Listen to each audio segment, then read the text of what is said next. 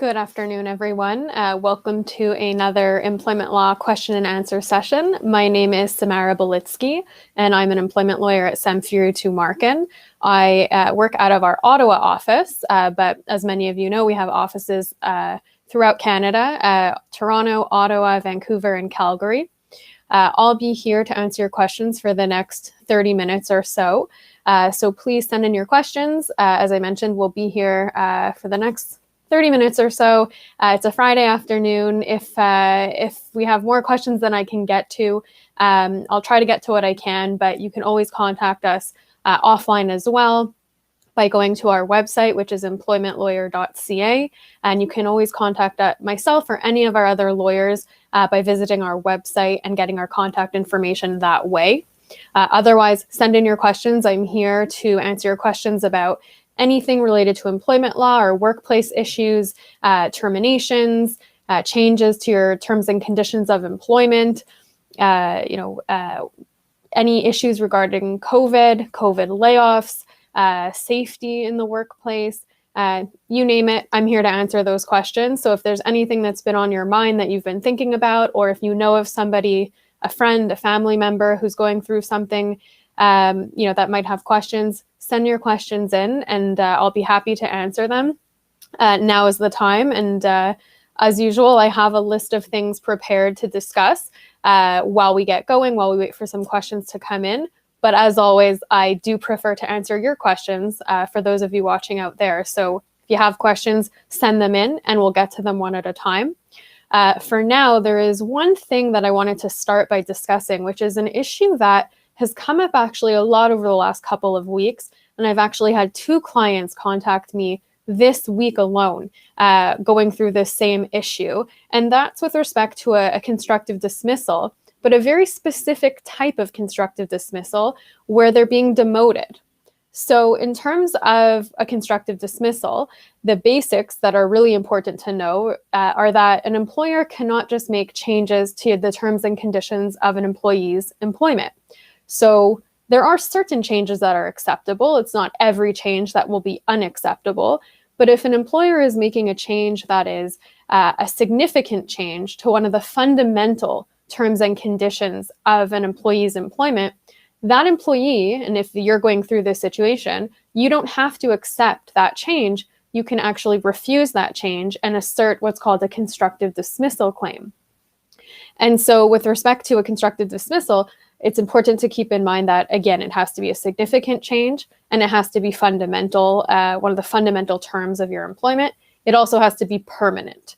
And so to give a very extreme example, but one that we've seen before, the employer makes a change to an employee's compensation, to their salary, to their wages, and they cut them in half. So that's a very significant change to what I would say is the most fundamental term of an employee's employment, their compensation, their pay. And so if you are in a situation like that, if somebody's in a situation like that, you don't have to accept that change. You can refuse it. And the refusal would be based on a constructive dismissal. Now, it's called a constructive dismissal because it's not an outright dismissal. You're not being told you're fired and being walked out the door, but the employer is making it such that you're unable, or the employee is unable to continue working under these new and significantly changed terms and conditions. So the first thing to keep in mind is if you or anyone you know is in a situation like this where there are changes being made, as I said before, some changes are not actually a constructive dismissal. Most of them do amount to a constructive dismissal, but there are certain changes where if the changes are very subtle or they're not quite significant enough, they wouldn't meet that threshold for constructive dismissal. So if you're someone in this situation or you know someone, it's important to get legal advice right away on the issue so that you can find out, are you in a situation where you can refuse the change? What are your options? And certainly we can help assist you in terms of what you can do there and how to go about refusing it, because if you refuse it in a certain way, you might prejudice yourself for the future. So you always want to make sure you're getting legal advice. Now, when it comes to the types of changes, as I mentioned before, it can be a cut to your compensation. It can also be a change in schedule, a change to your hours.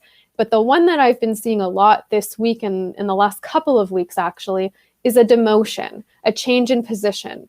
So not a change where the person's being moved laterally to another position, which doesn't always amount to a constructive dismissal if it's a lateral move, but a situation where a manager is being demoted to a supervisor position. Or a situation where somebody is in an administrative role, but it's a coordinator position, for example, but they're being demoted to a receptionist role. So these are the types of changes that we're seeing. And these are people that, thankfully are reaching out for advice. But if you're in a situation like that, it's really important to understand that even though your pay might stay the same, even though your hours might stay the same, just the sheer fact of being demoted into this significantly different position, which is lower in the company's organizational chart and also in the esteem of your colleagues, as well as different duties and responsibilities, that in and of itself is a constructive dismissal. And you don't have to accept that change. And we certainly would recommend you don't. But number one is to seek legal advice to be able to navigate that situation properly. And so if you're faced with a situation like that, like I've had a couple clients this week, be in that situation, you don't have to accept it. And so what comes from not accepting that change if you're going to assert constructive dismissal? Well, just like a regular dismissal, if you're let go, you're owed your termination entitlements, your severance pay. And so that would be what you would be pursuing at that point. And so, we have situations with people where they sometimes accept the change, not realizing that they can refuse it. And they're working in this demoted position where it's embarrassing. It impacts your reputation. It impacts your self-esteem. In some cases, I have clients who would have been reporting to somebody who used to report to them. Sometimes it's even someone that they hired and they trained and was a report to them. And now it's a role reversal, which is, extra embarrassing. And so if you have a situation like that, it's absolutely a constructive dismissal. And you should seek legal advice immediately in order to protect yourself and, pursue your severance and your termination entitlements. And so I wanted to mention that as the first thing that we talk about today, simply because I'm seeing it a lot. And it may be that it's because of the pandemic, that there are, organizational changes with lots of employers right now, but the employers can't simply just make the change, demote somebody, and not give them any notice of that change and force them to agree to that change. So that's a very important takeaway for this afternoon. And if you are, like I said, in a situation like that, or somebody who is, get in touch with us. You can go to employmentlawyer.ca and get in touch with us. You can always email us at help@employmentlawyer.ca and contact us directly so that we can address this issue. We can help you navigate this issue, because a lot of times it can be difficult to navigate issues like this where you're still employed, you want to assert your refusal in a very specific way, and we can help you behind the scenes, guide you through that process so that you make sure you're in the strongest position possible to go after your termination entitlements. So definitely get in touch with us before you do anything, before you sign anything, before you accept anything, and right when the changes are being forced upon you. Because if you wait, and this is with any constructive dismissal situation, if you wait and you keep working and you try to pursue this months down the road, you will be deemed to have accepted those changes, and this demotion will now be your new position. It's as if you've accepted it because you've worked under those conditions for X amount of time. So that's why it's really important to address these issues as they come up. Seek advice from an employment lawyer right away so that you make sure you protect yourself and protect your rights. I'm going to get to a couple of questions now. I have a question from YouTube. Tammy asks if it's okay to call if you live in the United States. I can't advise on anything in the United States, unfortunately, because I'm not a lawyer in the United States. I'm a lawyer in Ontario in Canada. So, if you have a question pertaining to Canadian employment law, certainly I can answer that. But if it's with respect to a situation in the US, unfortunately, you'll have to speak to a lawyer who practices employment law in the United States. If it's a Canadian law question, Tammy, please send it in. I'm happy to answer it. I have a question from Ariane who says, my former employer is refusing to give me severance, saying that I've waited too long, but they have never made an offer. I worked there for 12 years. Can I still seek severance? So Ariane, as long as it hasn't been 2 years since your termination date, you can still pursue your matter. So in Ontario, and I'm assuming you're in Ontario, but there's a limitation period that applies to all matters. So it's not just with respect to employment law or severance pay, but all civil matters, all claims that people may have that they might sue over. There's a limitation period, an expiry of 2 years from the date that it occurred. Okay, so with respect to employment law, it's the date of your termination. So the date that you found out you were terminated.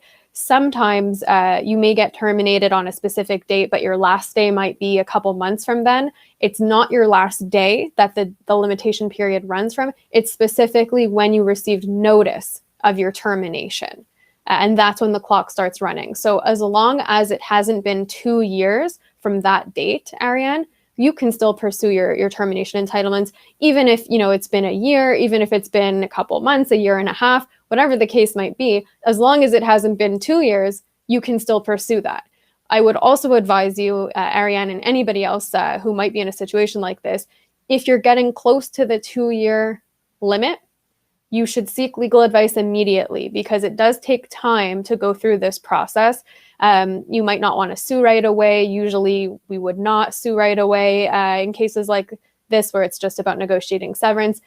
It's usually better to try and resolve these things without having to sue. And so you would send a letter. There's a negotiation process that would take place. That takes time. So if you're coming up on the 2-year limitation period, you want to act fast. Sometimes we're in situations where people contact us and the 2-year limitation period is a week from now. In cases like that, you're not going to be negotiating without suing because you're out of time. Then you're going to sue right away in order to preserve that limitation period. So it's really important, Ariane, that you look at what are the dates. If you're under that 2-year period, you're good to go. You can definitely pursue it. And in terms of your severance, if you work there for 12 years, you could be looking at, up to a year of severance pay, depending on the circumstances. It's not just based on your length of service, but that is one important factor. So, without knowing your age or the other circumstances, that's where, you might be entitled to, about a year or so. It'll depend on the other circumstances, like your age and your position, among some other things. But get in touch with us. You can definitely contact us. You can also use our free severance calculator, which would give you an idea of how much you might be owed. And you can definitely get in touch with us and we can guide you from there, because if you didn't receive any severance pay, then your employer certainly is breaking the law and they shouldn't be able to get away with that. Give us a call or send us an email and we can definitely help you out there, Ariane. I have a question coming in from Razor Sharp on YouTube. How can I prove a wrongful dismissal? I would need a bit more information about the situation. So I'm not sure, what you're attempting to prove. What I can tell you as a kind of general comment is what wrongful dismissal means is that somebody has been let go and they haven't been provided with the proper amount of notice or severance pay. So it's a very common misconception that when an employer lets an employee go, that they have to give them a reason. They don't have to give a reason. They can let you go without a reason. It's called a without cause termination. And most terminations are without cause terminations. That doesn't mean that there wasn't a reason. It doesn't mean that there wasn't some underlying reason why the employer chose to let that employee go. There often is a reason, but the reason doesn't have to be disclosed.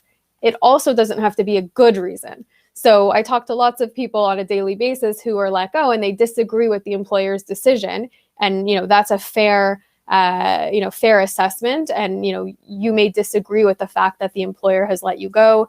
Whatever the case may be, there might be that disagreement there, but that doesn't mean that it was a wrongful dismissal. So in other words, because we feel that they are wrong to let someone go, using that terminology, that is not what makes it a wrongful dismissal. And it's a bit misleading that it's called a wrongful dismissal because it makes us think that it has to do with the reason for the termination, that the employer was wrong to let you go.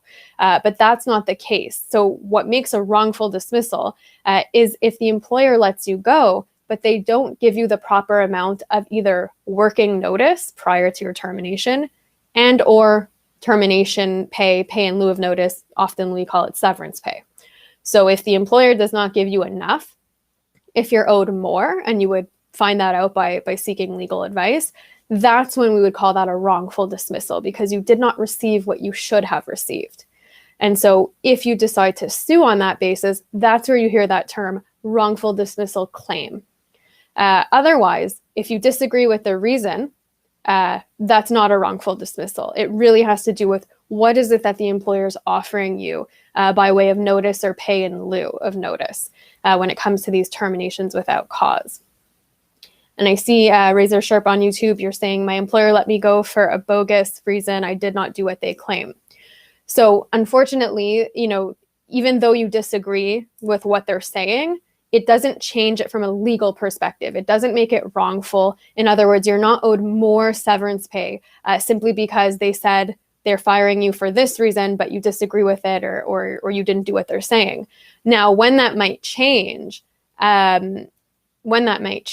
is when it's a termination for cause. So as I mentioned before, that most terminations are without cause. A for cause termination is when an employee engages in very egregious misconduct. We often call it the capital punishment of employment law because it truly is. That's when an employer lets an employee go and does not provide any notice or any severance pay. But it's only the really egregious misconduct that would result in that being the case. Sometimes we see terminations for cause where the employer, tries to get away with not paying severance pay and calls it a termination for cause, but cause doesn't really exist there. So in other words, there wasn't really misconduct that was egregious enough to hit that very high threshold to justify a cause termination. There might be misconduct, but it has to rise to a very high level in order to meet the threshold. So a couple examples are, fraud, theft, assault. Those are situations where if an employee engages in any of those types of misconduct, that would typically constitute cause. Other times when we see cause terminations, they're mostly to do with absenteeism or performance issues, or issues that are not as severe, as egregious. Those are the situations where most of the time, I'd say 9 times out of 10, if not 10 times out of 10, there is no cause. So it really is a contextual analysis. You have to look at all of the circumstances. But if your employer, as you say, let you go for a bogus reason and you didn't do what they say, if they let you go without cause and made you a severance offer, then that means it's a without cause termination. And what we're looking at is, did they provide you with enough notice or pay in lieu of notice? In other words, severance pay, given your length of service, your age, your position, all of the factors that we would look at, rather than did you do what they say or not? Because regardless of whether you did it or not, the employer does have the right to let you go without cause at any time, okay? As long as you're not on a medical leave or any other protected leave under the Employment Standards Act. So it's very important to keep that in mind that, employers do, in a way have carte blanche. There are exceptions. They can't let you go, as I mentioned, on medical leave, on parental leave. They can't let you go because of a ground that's protected by the Human Rights Code. So if it's because of your age or your ethnicity, your disability, a sexual orientation, that's not allowed. But other than those very specific and narrow examples, an employer can let somebody go at any time for any reason other than the ones I've mentioned, as long as they give you the proper amount of notice or pay in lieu of notice. And if they don't, that's when we use the term wrongful dismissal. I'm just going to move on to the next question here. I have a question from CH from YouTube who says, my employer terminated me the day I returned from short-term disability. Is that a wrongful dismissal? So partially answered your question with what we just discussed. So the fact in and of itself that they let you go is not a wrongful dismissal. The fact that they let you go the day after you returned from short-term disability leave could potentially be illegal. And I say potentially because it depends on the circumstances. In most circumstances, that's unlawful. Unless the company really went through a good faith restructuring, they eliminated many positions, perhaps because of the COVID-19 pandemic, and truly there was no job for you to return to. In situations like that, if the employer can really show that that's the case, it's not necessarily going to be illegal, but that is very much the exception. In most circumstances, the general rule, C, is that you have to be brought back to your position after a medical leave. So when you're on medical leave, your employer has to accommodate that leave by allowing you to go on leave. Your job is safe, you're still employed, you're just not getting paid because you're not at work. You may be receiving disability benefits from an insurance policy. And then when your doctor clears you to return to work, then the employer has to put you right back to the same position, same pay, same hours, exactly the same terms and conditions of employment as previous to your leave. The exception to that is if your position doesn't exist anymore, they can put you back to the next closest thing. And that is sufficient in the eyes of the law. So what that means is that if they terminate your employment when you come back from a medical leave, that's not complying with the law when it comes to medical leaves and having you come back to your same position. And that could be a discriminatory conduct on behalf of the employer. And so you have two issues here. See, you have an issue of, are they giving you enough severance pay? Are they offering you enough severance pay? Because it's clear that you didn't receive any notice. So we're really just talking about severance pay here and pay in lieu of notice. So we have to assess whether they're making you a reasonable offer there. And then the second issue is a human rights issue where they've let you go the day after you came back from your leave. And so it begs the question of, did they terminate your employment because of the fact that you took medical leave? And just based on the circumstances, all signs point to yes, they did, because it was the day you came back. And so that's a breach of the law, which could entitle you to more damages. As I said, human rights damages for the breach of the Human Rights Code, for the fact that they have discriminated against you on the basis of your disability. So there are two issues at play here. It's really important to see that you get legal advice right away. You can contact me. You can contact any of my colleagues. Go to employmentlawyer.ca and get in touch with us, because you're definitely going to want to get legal advice from an employment law expert here with these two issues at play to make sure that you're protected and you end up receiving exactly what you're owed. All right, I'm going to move to another question from YouTube. Mr. Asks, what can you do when a food industry manager is no longer physically able to perform the required duties due to age and they refuse to retire? Interesting question. So in terms of somebody's ability to do the job, if an employee is not physically able to do the job, I suspect this question is coming from an employer. I'll answer the question kind of from both sides in terms of the various rights and obligations of both parties involved.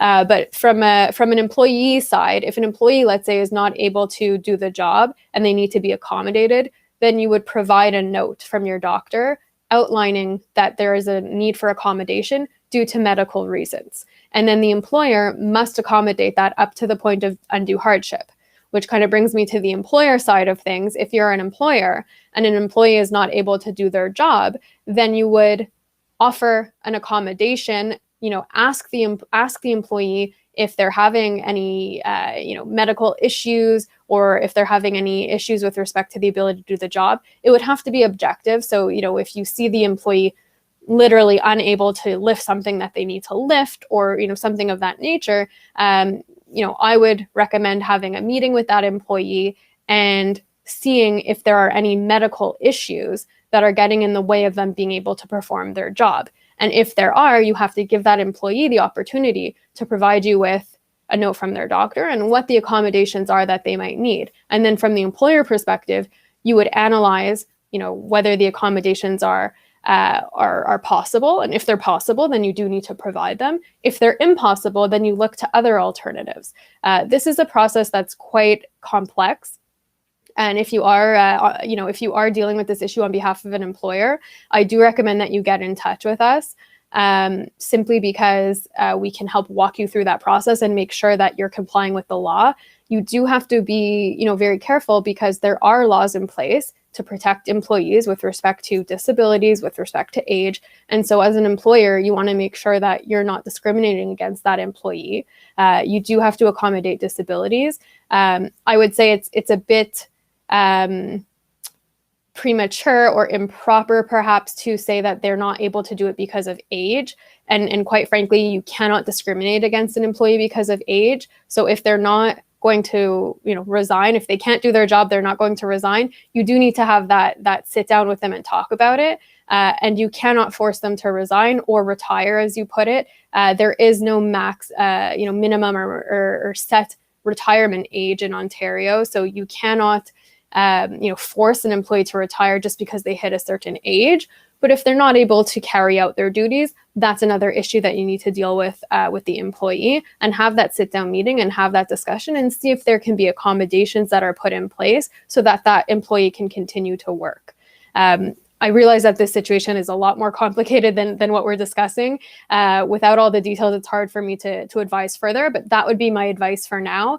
If this is an ongoing situation, if you are an employer and you are dealing with this issue in real time, you should definitely reach out to us because we can advise you on how to deal with this situation to make sure that you're not engaging liability for your company, because these are the types of issues where if you are not complying with the law and you are not making sure that you're, not breaching the law and breaching your employees' rights, you could get the company into some real trouble. So you want to make sure that you're on the side of the law when it comes to these things.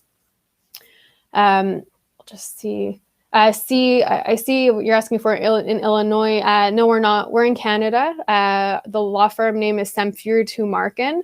I'm a lawyer in Ottawa, Ontario, and our firm is throughout Canada. So the legal advice that I gave you on your question was with respect to Canadian law and specifically in Ontario, the way the law works in Ontario. So if anyone is in a situation with respect to the question that C asked, just to be clear, it's with respect to Canadian and Ontario employment law. It does not apply in the United States. And if you are outside of Canada, I do recommend you contact an employment lawyer in the United States where you are. Otherwise, if you're in Ontario, feel free to contact us and we can certainly advise you and assist you with these issues. So I know I have a comment here that it says I forgot their question. I actually am not able to get to your question, Blue Velvet, this afternoon, but please contact us offline. As I said before, you can go to employmentlawyer.ca and contact us that way, and we'll be happy to answer your question there. And we're just about 31 minutes in, so since I have no other questions coming in, I will call it a day for this afternoon. Thank you very much for your questions, and I hope everyone has a great weekend. I will see you in the next question and answer session. Bye.